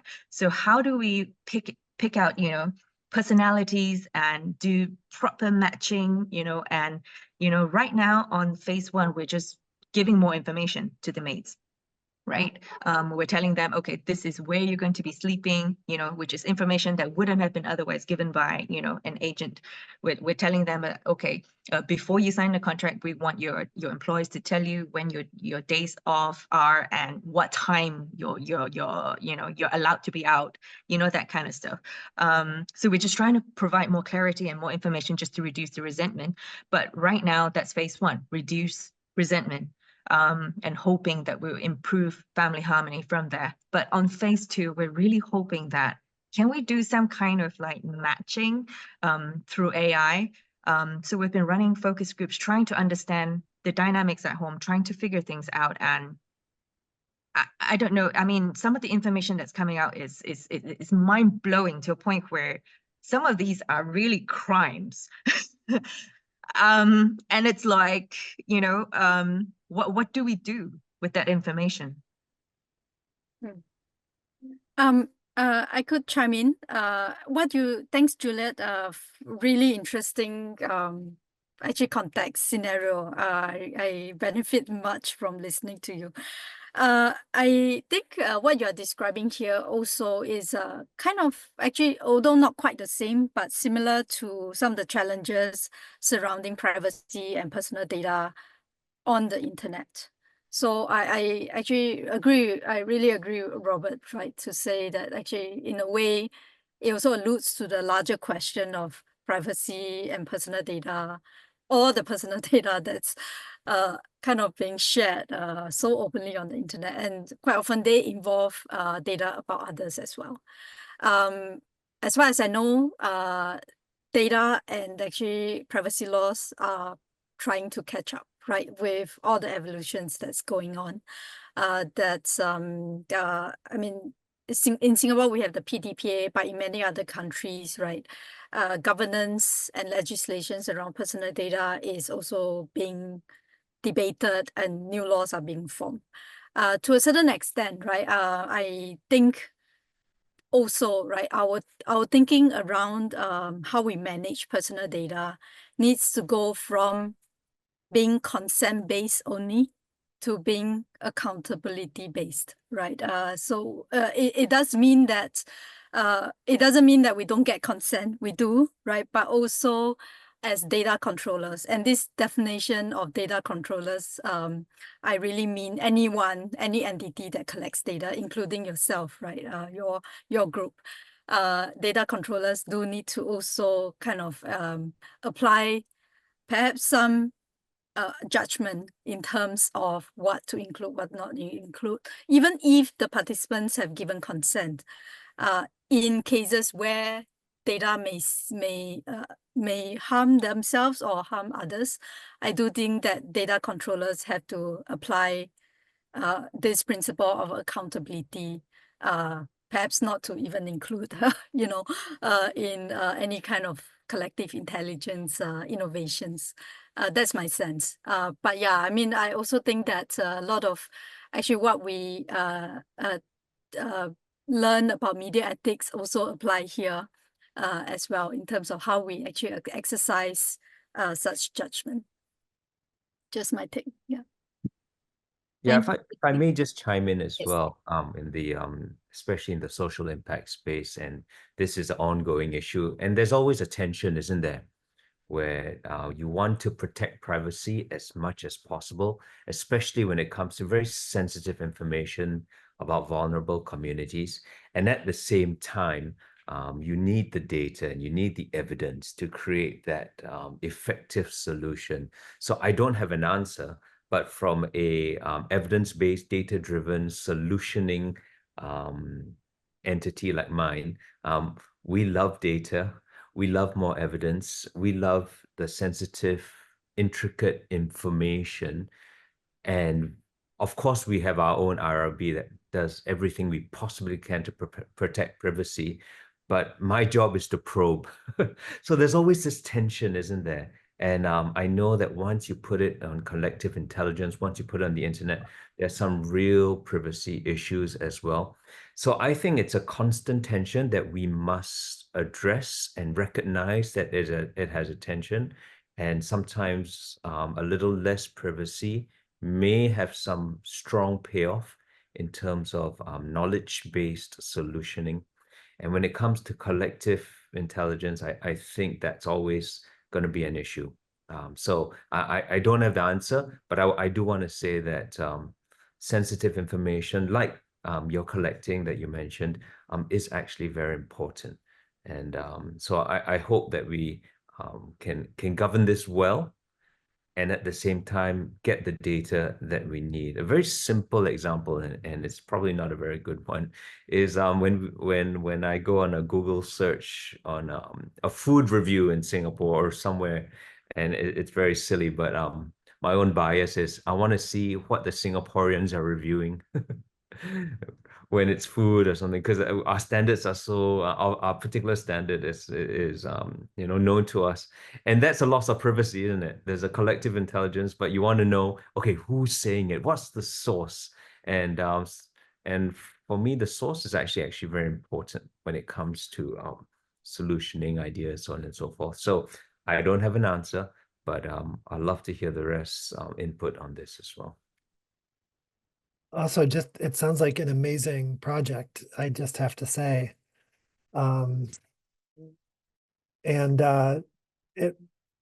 It sounds like you were doing the same thing that we were trying to do in a corporate set, like we were trying to match employers and employees, and that's exactly what you're doing. So it sounds fascinating. I'm going to go to your website and try and learn more. Thank you.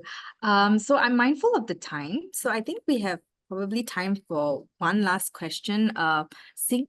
Singing from Eka Family Foundation has raised her hand, so I'd like to invite her to share her question. Hello. Okay, can you hear me? Yes. Thank you. So I think my question is about the Supermind ideator. I think it's very interesting, and I think I'm curious about, because it takes information from ChatGPT, and also special language and rules are also adapted for the platform, right? I was just wondering how much of the language or rules takes into account the voices or the language of the, let's say, the poverty community that Steve mentioned, or let's say the third world communities. Because if we talk about wicked problems that the platform is trying to solve, let's say, for example, for a certain language, right? In the Western language, like authoritarian state is probably very negative, has a negative connotation.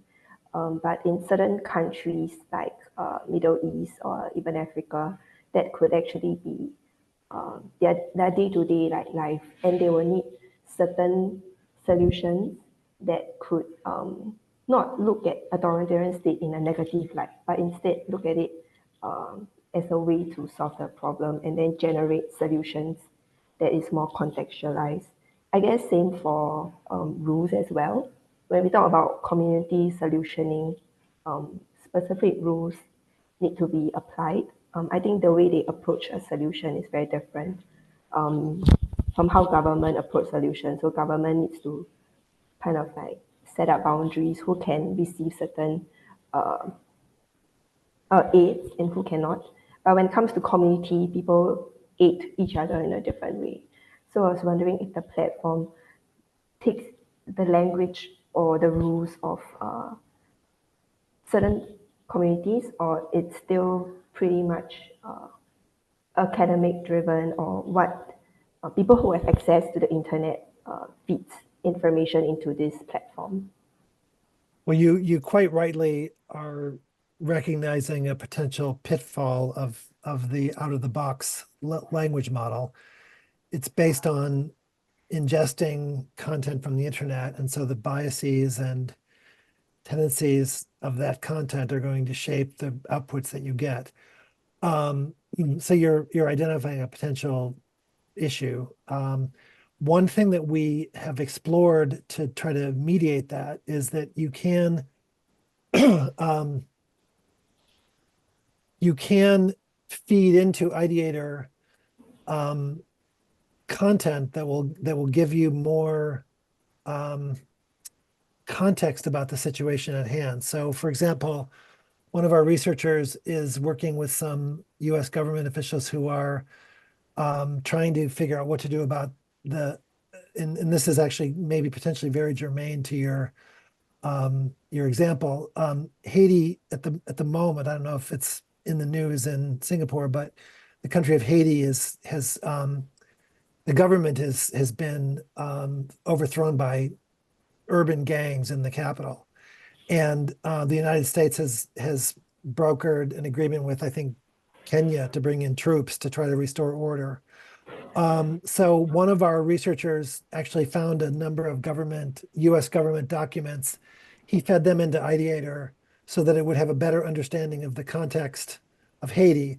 Similarly, if you were working in a country where maybe restoring order was important and the connotations of authoritarian government were in fact, because of that, more positive than they might be in, say, the US, you could do some kind of tweaking of the baseline ideator by feeding it in some content. So we haven't done much of that, but I think it's possible. But you're rightly pointing out a problem with, all of these generative AI tools is that they're based on the content that they've been fed. And if the content that they've been fed is a mismatch with your context that you're working in, you need to be aware of that. And then there may be some ways that you can address it. But it's something that we've tried a little tiny bit, and it seems to show some promise. But you're very rightly pointing out a challenge of these things, because they're kind of like plain vanilla. And if you're context is one where the plain vanilla large language model is going to be problematic, then you have to be very cautious. Then That I make think, sense? yes, that makes sense. I guess as you're talking, I was wondering if a solution could actually be to engage the communities, we get their input and how they would think about certain problems, like say, let's say the one that you just mentioned, right? And then how would another representative from another community actually solve these problems? And we could feed that into the data. I think I might, that's brilliant. No, you elicit inputs from the community members who are affected and use that to tune the ideator. I think that's a brilliant idea. I like that a lot. It hadn't occurred to me, but yeah, totally. yeah, like let's say if we go on the ground and say like, what are they doing instead, right? And then we use Right. their practices as future examples. Yeah. Yep, I love it.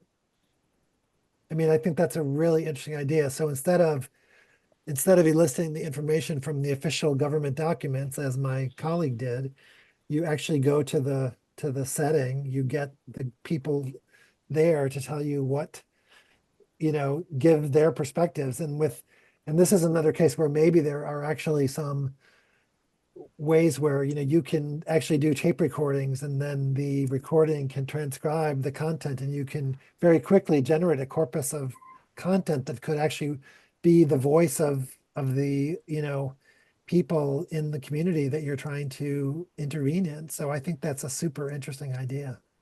Yeah, that's exactly how voices are heard if you talk about recording. Yeah.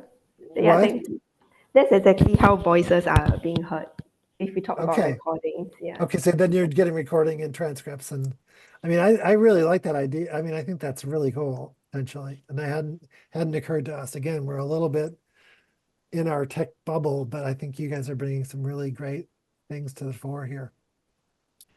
Thank you. Thank you so much, Singin, for your question. So I'd like to take this opportunity to thank everybody. If anyone needs to leave now, please feel free. But I would like to just highlight the other two questions that came in on the in the chat, and then invite Robert to maybe share his last thoughts if there's if there's time. So the two questions were how can we use collective intelligence and AI to foster empathy in the policy-making process? So maybe this is something that you'd be able to speak to, Robert. And the other one is also about how can we reconcile the process of sourcing collective intelligence and the opportunity to monetize the commercial benefit such ideas might get? Well, I So think that very the first different one, I don't have a sort of high level answer, but it's actually something I'd like to type into Ideator and see what Ideator says and maybe try it out. Because I don't have an initial intuitive idea. I think Raj's question. So I think that's a cool question, and I want to think about that one some more. And I may, if I get some great results from Ideator, Shariel, I'll look you up and send you the results. The other one I think is that Raj is sort of raising, I do think is getting at this larger issue of just internet data and, like extraction of data and then monetization and I think that Natalie's made some, fruitful comments about some of the perils of that and some of the tensions. But I think that, and I think you're probably asking a more specific question about just the, hold on a second, I just made the question disappear. I think you're asking a larger question here about like, if we have something like Ideator that generates ideas, then how does that get, sort of commercialized? And then there may be some, tensions there between who's putting the ideas out there and then who's benefiting. And so that's kind of a larger, like basically all the writers everybody who's put content into the internet has put collective intelligence that OpenAI is extracting and generating like billions of dollars for the people at OpenAI. Well, there's somewhat of a disconnect there. So that's one of these tensions that we have in these internet-based worlds. But more, I'm a little bit more with the tools that we're trying to develop. I mean, I think that our hope is that the people who are using our tools are the stakeholders who are engaged and are hoping to, apply the generative AI and the Supermind design combination to address the problems that they're facing, and that they'll be able to be the ones who benefit. I mean, I don't think again, though, this is maybe a case where we're being too naive about, maybe people will be exploitatively using Ideator in ways that we don't envision, and maybe we need to be thinking harder about those possibilities. But we are envisioning a model of, stakeholders who have an interest in solving a problem using our tools, and then taking those things and then benefiting from their use themselves. So that's our sort of default vision. But I think you guys have been good at pointing out that we're maybe a little too optimistic, and we need to be thinking a little bit more about some things that are a little bit darker. So I don't know. I mean, I'm not saying that you're pushing that, but I think you're raising important issues that maybe we have not thought about as much as we ought. Thank you so much, Robert. So since we're at time, I mean, I just wanted to thank you so much, Robert, for taking the time to speak to us, to share your insights, and to being so open with all the diversity of the questions that came up today. So any last closing remarks? Well, I just have to say this session has been fantastic for me, and I think I've gotten many really interesting specific ideas, and the range of perspectives has been incredibly valuable. So I'm super grateful to you for the invitation, and super grateful to everyone for the very stimulating conversation. So I'm the one who's thankful. Thank you. Steve and Natalie, do you have any final thoughts? Yeah, just to thank Robert and to say, keep going, don't stop. Innovation is just like that, right? We find so many twists and turns, but we plow ahead, because I think what you're trying to achieve is extremely important. And I think it will, in the end, increase a lot of empathy when it comes to policy making and solutioning. So thank you very much. Thank you, Stephen.